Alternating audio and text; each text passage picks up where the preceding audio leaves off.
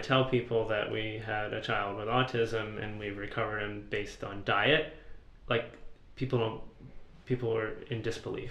They're like, what? Like that actually matters? Like there's literally no one that I've told that to, literally no one, that wasn't surprised by that. And that to me is also really interesting and kind of scary. Well, James wasn't really talking, and he was flapping his hands, and he was hitting his head on the ground. So we knew that something was up. Go see Daddy. What's in your stocking?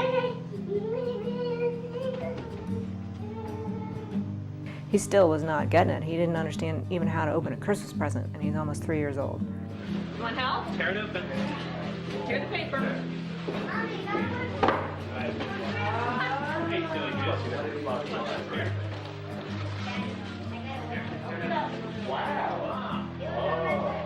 Initially with gluten-free, casein-free was pretty good. At least he stopped flapping. Like the next day, stopped flapping. Yeah. And started looking us in the eye.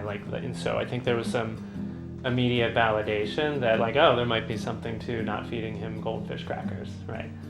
Who did you see today?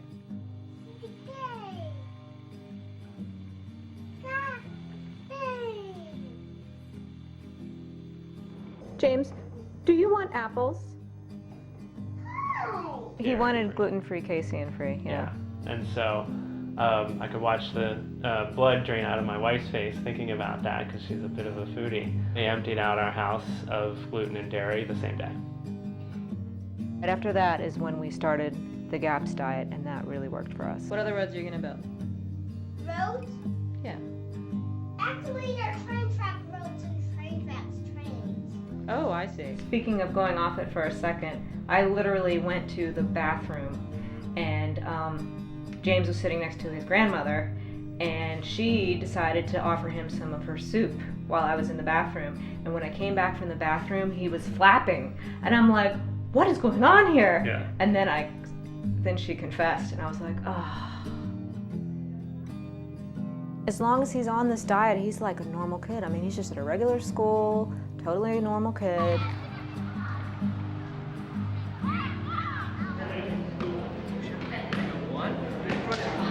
Anything that I'm going to have my child do, I'm going to do so I can understand it and see how it feels.